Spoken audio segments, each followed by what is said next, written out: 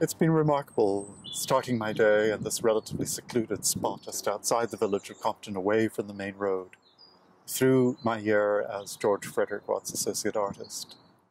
So we'd better make a start and head up to the studio.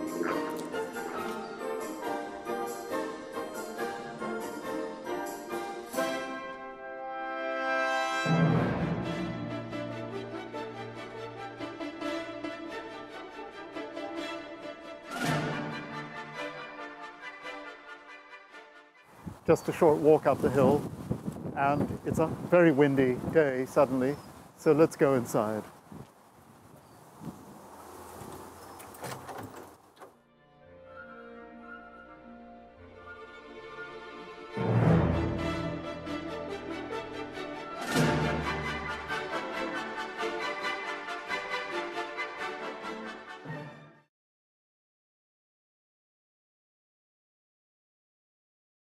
I'm concerned there should be a plurality of subjects and techniques, and this has evolved in any case because of the versatile nature of drawing language. The drawings in the studio and the drawings in Hackney are part of a much larger corpus amassed over a career, I suppose now lasting 40 years, taking me back to my first museum show at the Museum of Fine Arts in Caracas in 1973, called 14 dibujos, 14 drawings.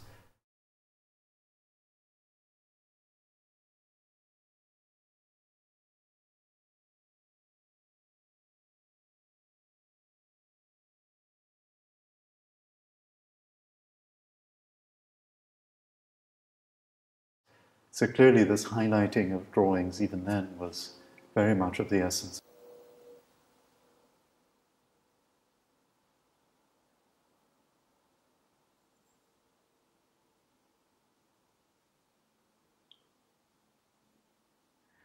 The skeleton drawings that are in this room are a part of a body of work that will be on view at the drawing schools at Eton College in Windsor, in the shadow of the great Leonardo anatomical drawings in October of this year, 2014. Actually, the decision to draw from observation came relatively late for me. Perhaps it began in 1980.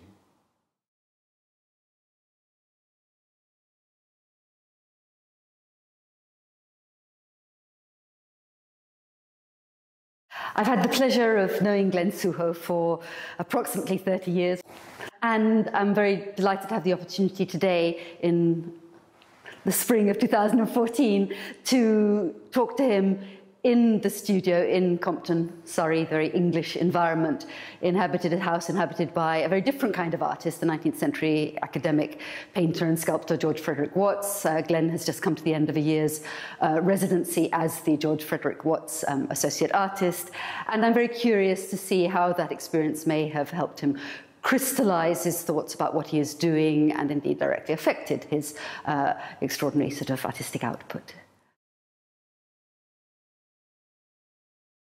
Glenn, I'm intrigued to see that some of your latest work revisits the abstract motifs that you were using as a very precocious young artist, I seem to remember, way back, in fact, in Venezuela, yes, in South America, and you're bringing that preoccupation together with a motif that is actually a recurrent one in your work, which we'll have to talk about as we move around the studio today, namely the very beautifully rendered skeleton.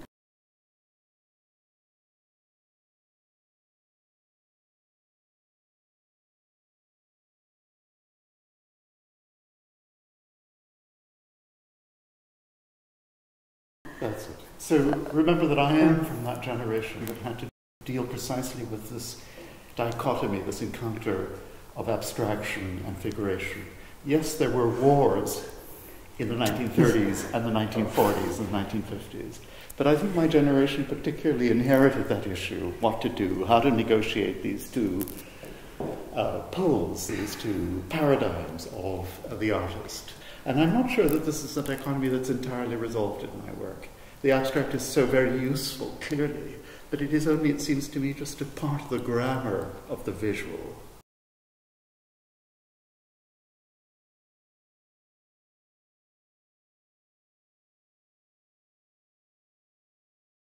My whole teaching career has been an act of repair, because my time at the Slade was, I have to say it, almost miserable, really. There was very little in the way of intellectual input.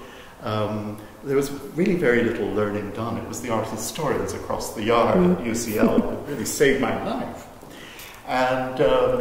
And so there was a struggle between the system artists who are using systemic forms, like Malcolm Hughes and Testjari and so on the one hand, and on the other, upstairs, all the Euston Road painters, Ewan Huglow, Patrick George, and so forth. As you know, in my teaching, I'm constantly riding against all those orthodoxies. It's all about dismantling the language, rebuilding, understanding the syntax, and the versatility of drawing language as a whole.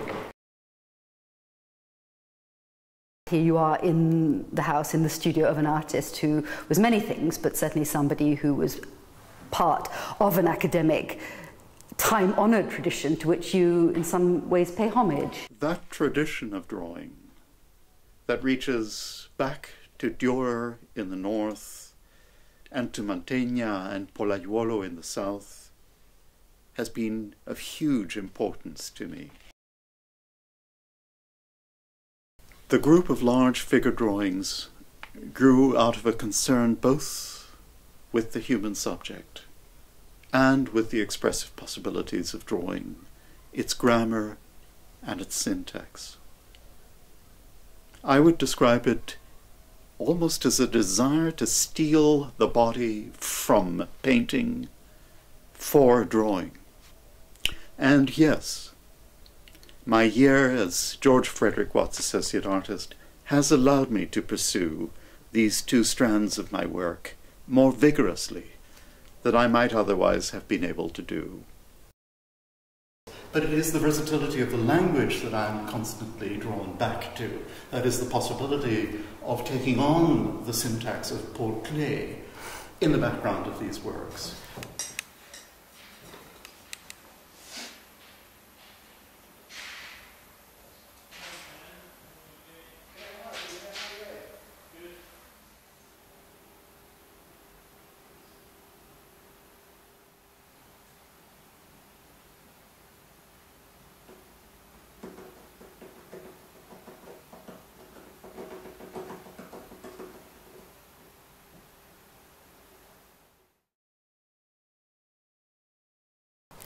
As we move through into drawing like this, for instance, what is behind this are two opposing traditions.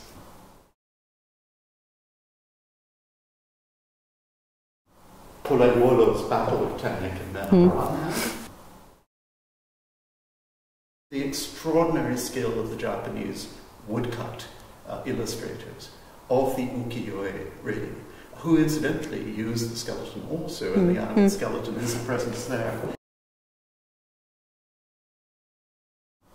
Lincoln here is also, of course, not just the idealized historical legend, but is also the absent father, and incidentally, the highly idealized absent. My very first experience of art was awe and fear as a small child.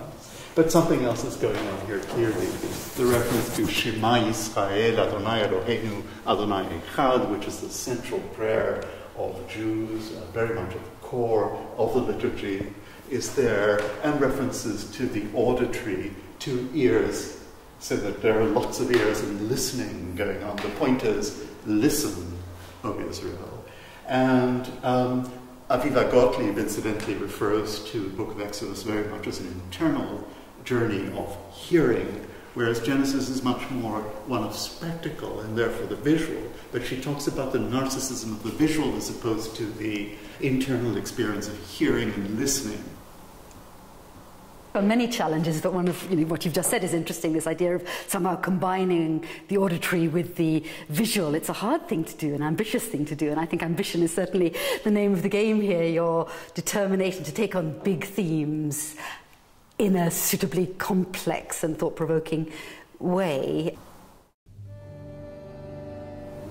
Maybe this is the moment to talk about your turning of your back on colour and indeed on painting for some years now. I'm right, aren't I, that you have made a conscious decision to abandon painting, but of course here you are reintroducing a certain element of colour.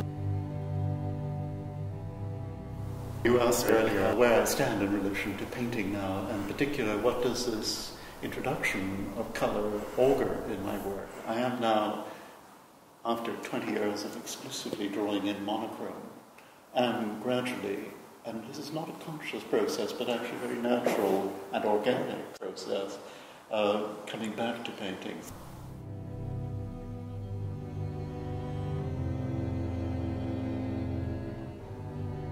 Maybe it's time to talk about this body of work, namely the series you've entitled generically, I think, Ghetto. Tell us about the genesis, the progress, the problems that accompany this endeavour.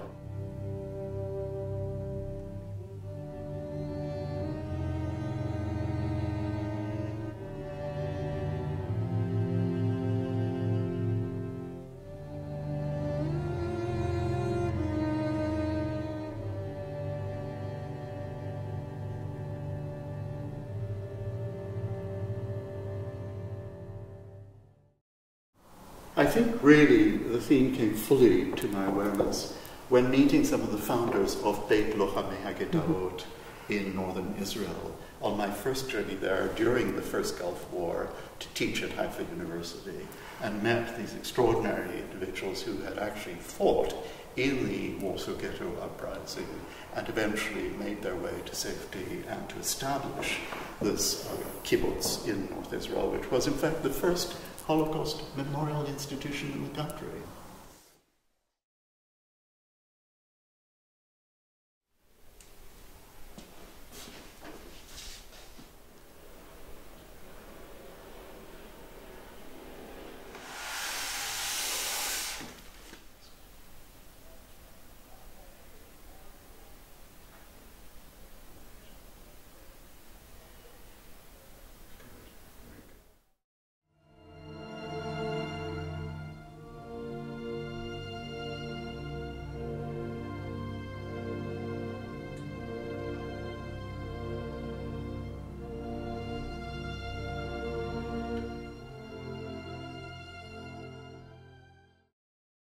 Another interesting relationship, I'm thinking, in your work that has struck me for a long time now is that between, on the one hand, a very sophisticated intellectual probing quality, bringing together all these disparate ideas and traditions, but then also a tremendous preoccupation with the sensuous, the physicality of the act of making an image, which provides for, I think, quite interesting tensions.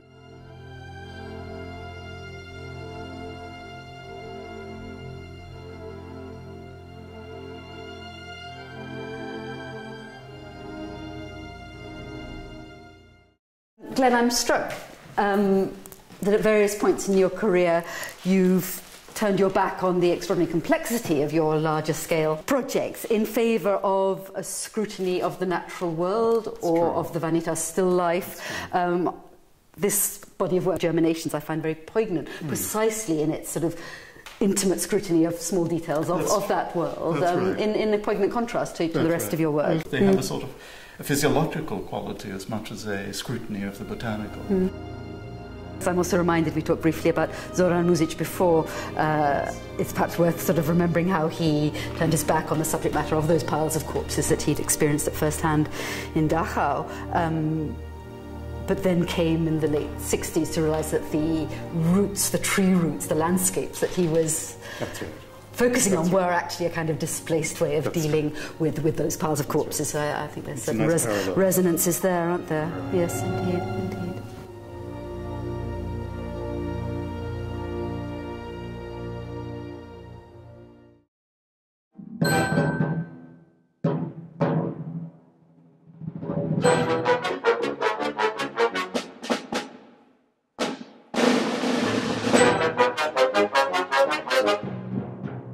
The moment that you begin to read the Bible from a psychoanalytic point of view, it opens up all kinds of themes, and indeed the whole sense of the struggle of consciousness and the struggle of a people, a nation, a people to become a nation, as it were. this is what really fires up this drawing.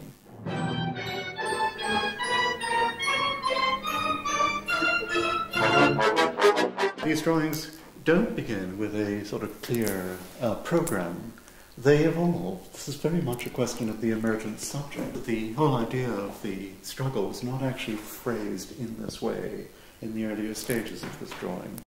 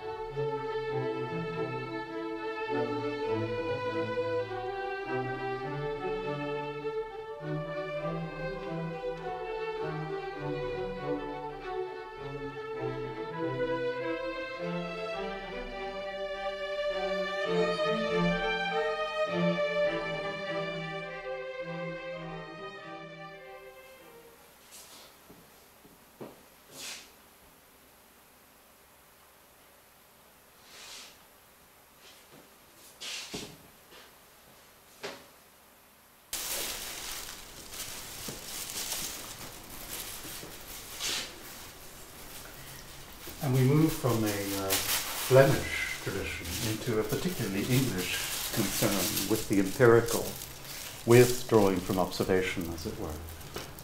As you see, again, the forms become almost evanescent or diaphanous. Yes. Since the skeleton seems to be placed against a window, an open window. So that the skeleton itself dissolves in light. Absolutely. So it's an interesting notion because, of course, where the flesh dissolves, and there is this sense that the skeleton is always that which survives. Here you actually have, as it were, the very material, that core architecture of the human slipping away from it, from kind of that diagnostic materiality.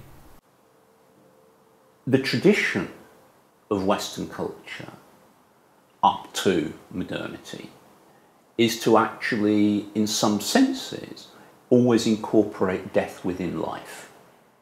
History was forcing us back onto an almost medieval or pre-modern conception of death as something that was integral to life. So what you were doing, working within that tradition, the way that you were using the body, the way that you were thinking about mortality, in one sense it was old-fashioned, it's drawing completely. Yes, we come back to Leonardo.